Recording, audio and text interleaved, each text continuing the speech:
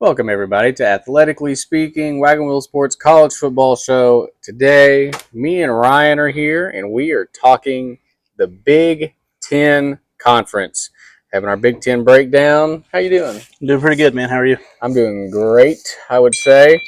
Sorry for the delay. I was sick, and then everything else pushed us back a little bit. But we're here now, bringing you some good football discussion. Yes.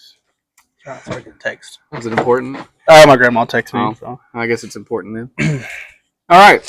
So we're starting with our news, as we do every episode. And the biggest piece of news that happened while we were gone, Reggie Bush gets his Heisman back.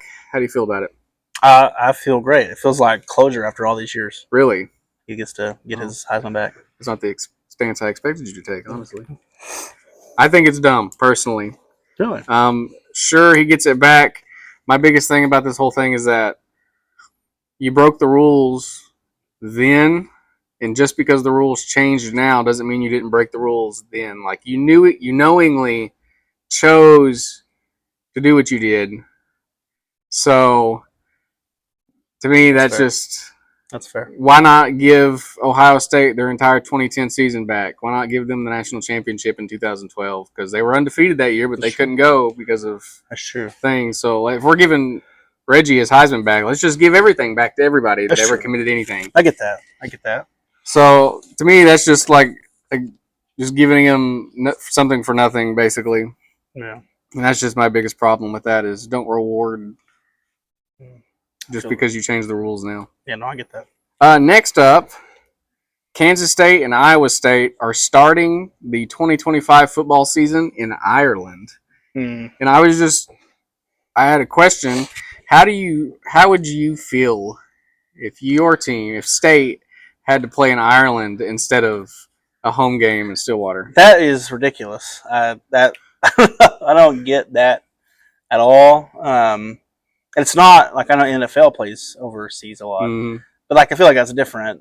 It's even that's not, but still like college football, like I don't like it. Like Notre Dame started this trend, and I thought it was fine for them because they're the Irish. Yeah. So them playing in Ireland at that one time was fine, I thought.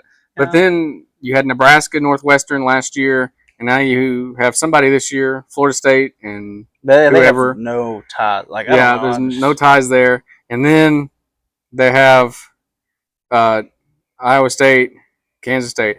To me, like, I'm not going to spend, like, I would obviously like to go to Ireland and watch a football game. But at the same time, it's like I'm not going to spend the money for a plane ticket and everything else when I could just get a home game. There's no average person that's just going to go, I'm going to go to Ireland. I mean, maybe some, but not very many. It's like that's a trip you're going to have to save up for. Yeah. When you could just spend your at home. Regular season tickets and have an extra home game. Yeah. So that doesn't make sense to me. And if you have like season tickets and stuff too, like that would just you're getting a ripoff. Yeah, no, for real. So that's that. Next up, Dion and Shadur Sanders went on a spree. They did this past week, just trashing one of the former teammates at Colorado, and then people jumped on Shadur, and then Dion got into it with just the public in general. How do you feel about Dion and their stance there with that? It's ridiculous. It's very unprofessional.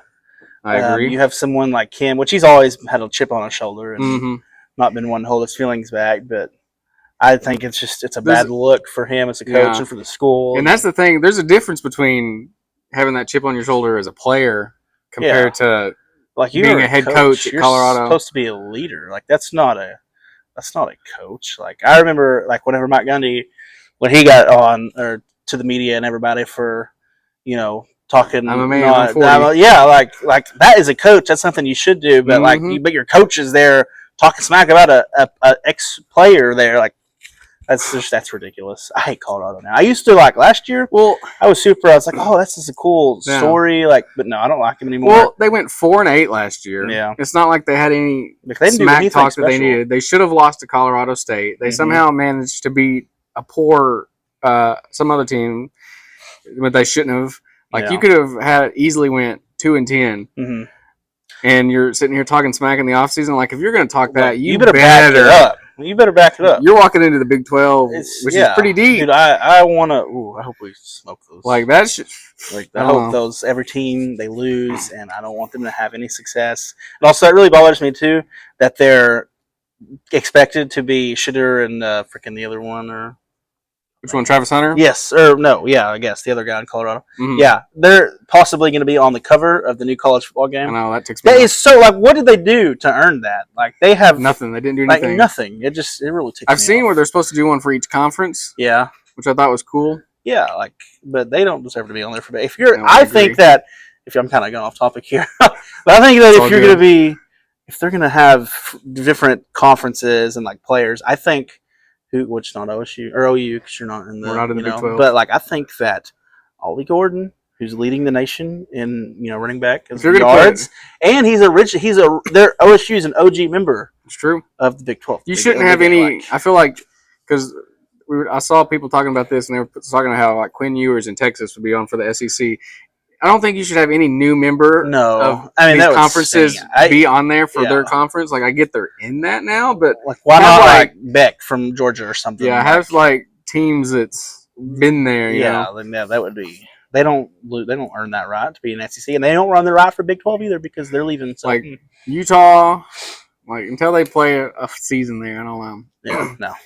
So Ollie would be a great pick for the Big 12. He would. Since we're already on this topic, the Big 10, kind of going back to that, I feel like you could put any of the Ohio State wide receiver core on there. Yeah, that's a really great group of guys. They'd be good. That's SEC, like you said, Beck. Mm-hmm. I feel like you could see Cade Klubnik from Clemson for the ACC. Yeah. Some other guys in there, maybe a Florida State guy. Yeah, no, that's the truth. Cam Ward, Miami. Yeah. I feel like you got to put teams. It's not like like massive names either. Yeah, I don't know. I mean, maybe not. I don't know who else. I just know that I don't want them guys from Colorado on there. That's all I know. That's fair. Which comes out in July, by the way. I'm so freaking excited. It's gonna be nice. Excited. Yeah. All right. Next. Today, I love these. We have our Big 10 trivia question. Man, I'm not good at this. So here we go. Excluding national championships and playoff games, the Rose Bowl has always had a Big 10 versus Pac-12 team versus each other. Who were the three teams that weren't a member of the Pac-12 or Big 10 that played in the Rose Bowl? And bonus points if you can give me the year. So I'm not good with with trivia at all of any kind. I guess the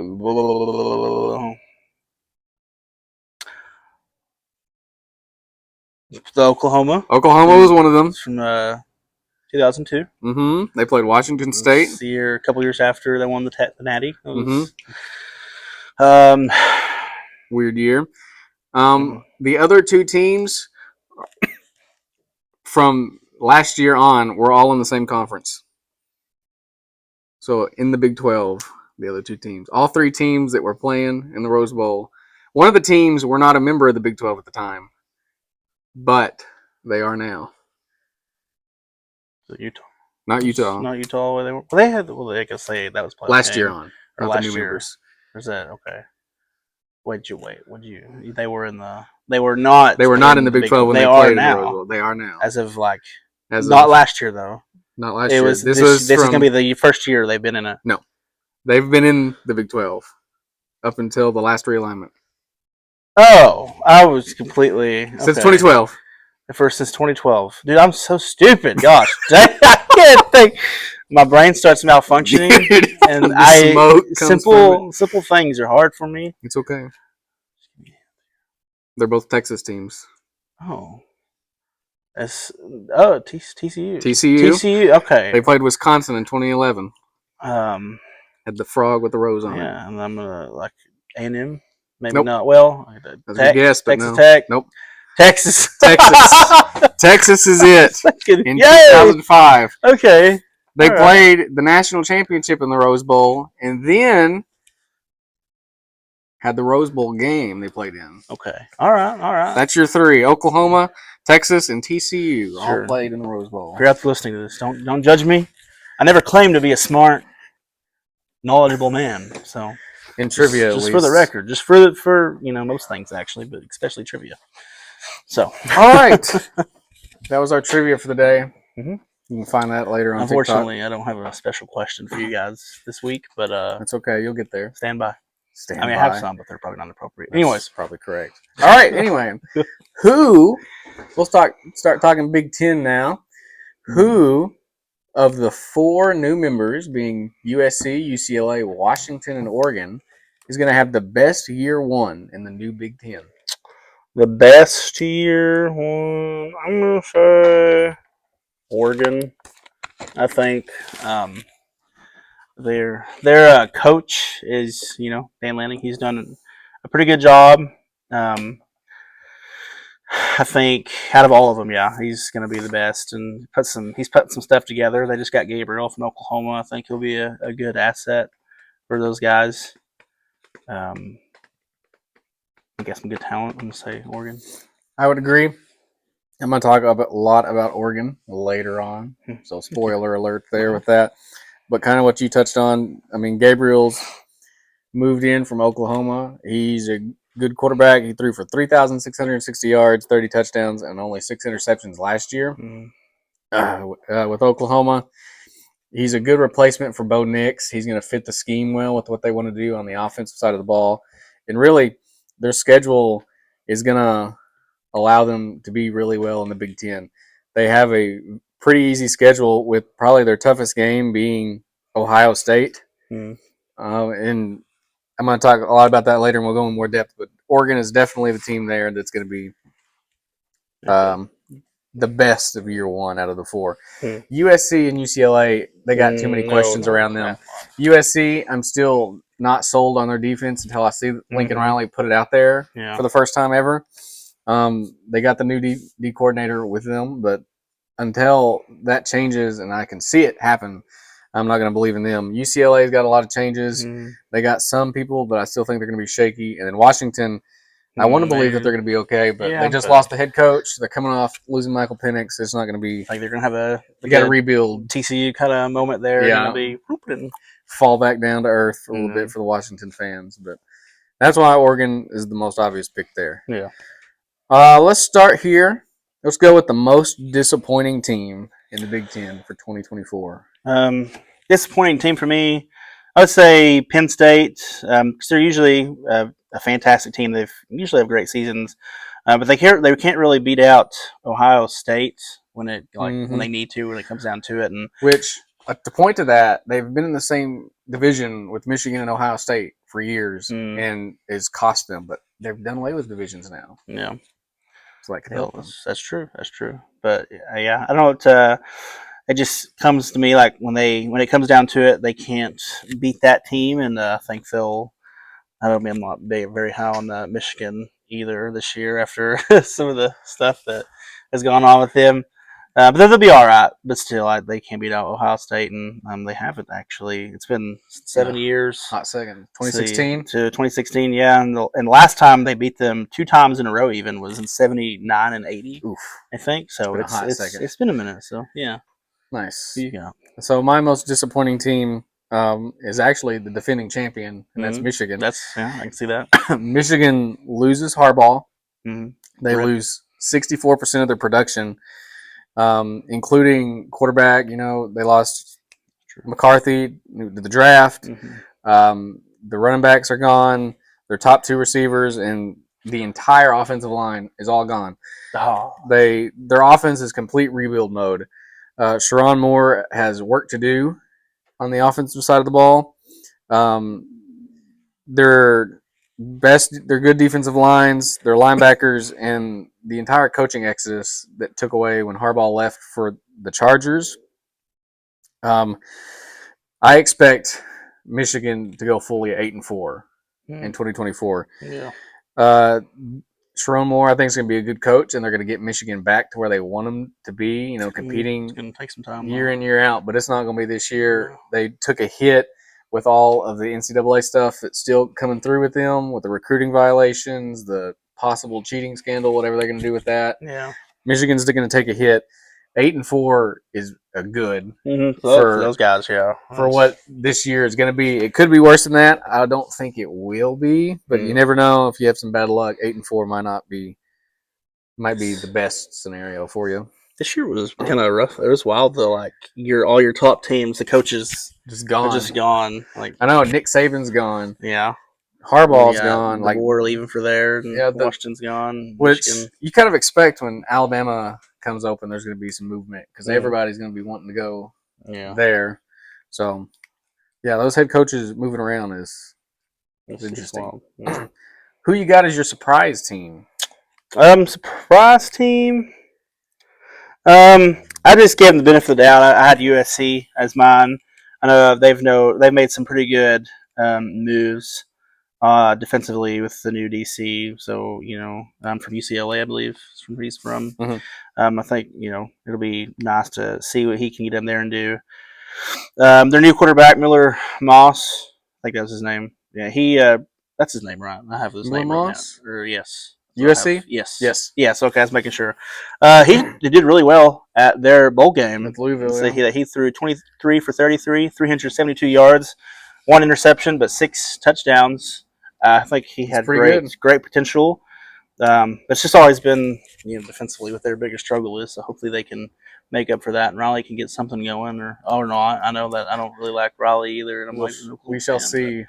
But that's who I got from mine. USC is interesting, like you said. If they get the defense going, they could be pretty good. But that's quite literally. So I saw this the other day. Lincoln Riley had Baker Mayfield, Kyler Murray, Jalen Hurts, Caleb Williams. 3 of those 4 won a Heisman Trophy. 1 of them finished second in the Heisman Trophy, and none of them won a bowl game. Yeah, that's crazy. That really is. That just shows how important defense is. My surprise team. A lot of you out there are probably going to disagree with this, but I have Nebraska. Is my surprise team for 2024. It's out there. I'm going out on a limb on this one. But Matt Rule, in his second year in any school he's been in, has taken a massive leap forward. When he was at Temple, he went from 2-10 to 6-6, which for Temple is pretty good. Baylor, he went 1-11 to 7-6. And then those are massive jumps. The Nebraska schedule has it to where Nebraska could be 7-0 going into Ohio State. They have where did it go? I missed it. That happens. Yeah. I don't remember. I have to look later. But Nebraska's schedule is very easily set up to where they go 7-0 going into Ohio State and could potentially be 8-1 coming out of Ohio State. Yeah. Depending on how Will Howard and Ohio State plays this season, which I expect them to be good, they could pull it off. I don't expect them to, but Matt Rule is going to take massive leaps in year 2. Dylan Raiola is going to be there for several years. Nebraska is set up to be successful. The offense, I'm looking very forward to watching. They don't have to play Michigan, Oregon, or Penn State, which is great for them. They could start 7-0, 8-1, and then enter the final 3 games, which... You're feeling good, at least. Let me go pull up their schedule, because now I need to know. Kind of sad seeing the downfall they've had. Because they were freaking great in the 90s, I think is what it was. Yeah, they have 5 national championships. Yeah. But here recently, they're just... Yeah.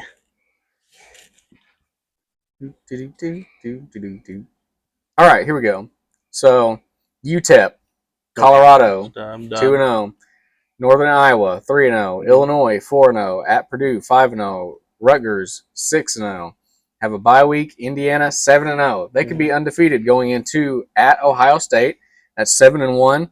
UCLA's kind of a soft game. They could be 8-1 at that point. They got another bye week, November 9th. At USC, depending on the USC defense and how well Miller Moss comes out, they could be 9-1. Wisconsin and at Iowa. Nebraska could have a 10-win season. They really could. 10-11 win season right there. And I would not be shocked to see it. So that's why Nebraska, Dylan Raiola, Matt Rule, they returned 77% production for the team. Yeah. They're going to make waves this year. Oh, yeah. They're going to push for the Big Ten. That's my stance. I'm standing on it. Nebraska fans, We'll remember that. Let's rock it out. Go ahead and put that parlay down for them. Yeah, for real. I'm betting 10-win season for Nebraska there as my surprise team. I like it. And with that, who's the worst team in the Big Ten? I think doesn't take a rocket science to say Purdue. I think that's a good one. That's who they've not been well. They've not had less than 4 L's since 1997. Oof. And the most wins they've had was in 21 with 9 wins, but that's been their ceiling since 1979. That's tough. No more wins than that. That's real bad. Wow. My worst team I got here is Indiana. They went 3-9 in 2023. They bring back a very bad roster under their first-year coach, Kurt Signet. They bring in transfer Curtis Rourke from Ohio, not Ohio State, who threw for over 2,000 yards, 11 touchdowns, 5 interceptions. The defense allowed 29.2 points per game, almost 30, rolling 30s, not great on defense. Allowed almost 400 yards of offense a game, not great. Yeah. And their offense only was averaging 21 points. So all of that combined is not going to be great. No. And if they're bringing back a lot of the bad people, sorry, Indiana. But if they're bringing back the same old with a new coach, there's not going to be a lot of development there or a lot of change probably with the first-year coach.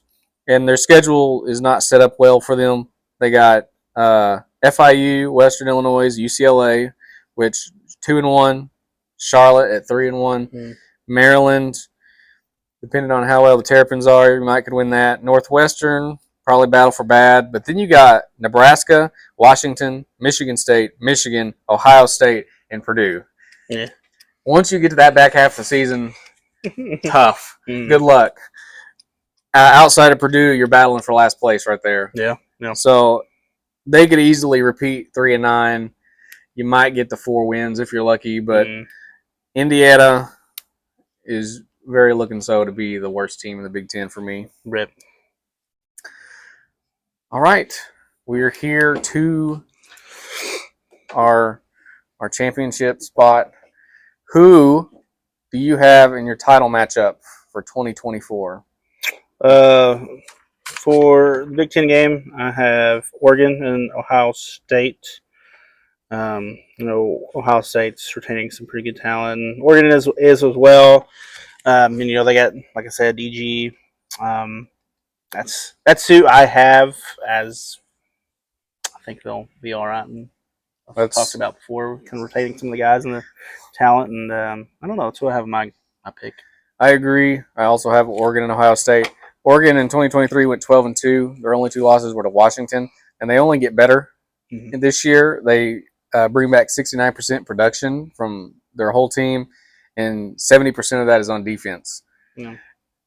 So that's a great place to have 70% of your team coming back.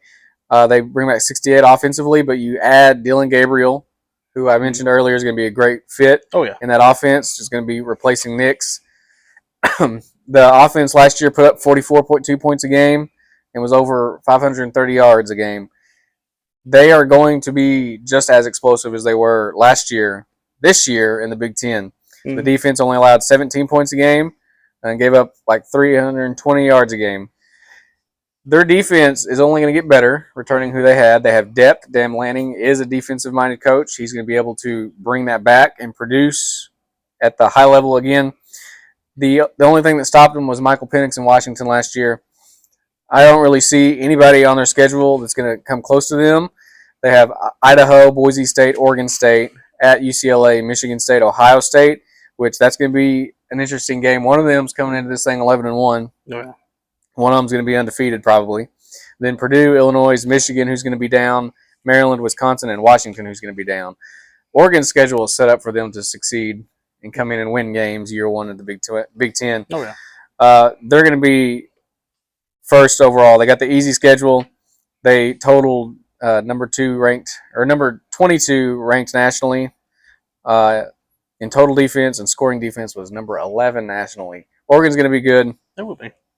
Ohio State returned 61% production. They're going to be good. They added Will Howard from Kansas State, who Ohio State has the talent on both sides of the ball. They have an insane receiving core. Out of all of the years for Ohio State to come back and win a title, this is it. Like, this is going to be the make or break year for Ryan Day. And if he can't do it with this team and Ryan and Will Howard, you're probably not going to do it. No. And then you want to start thinking on past that is Ryan Day the right guy? Because their schedule: Akron, Western Michigan, Marshall, at Michigan State, Iowa, at Oregon, which gives Oregon the upper hand at that one. Nebraska, at Penn State, Purdue, Northwestern, Indiana, and Michigan.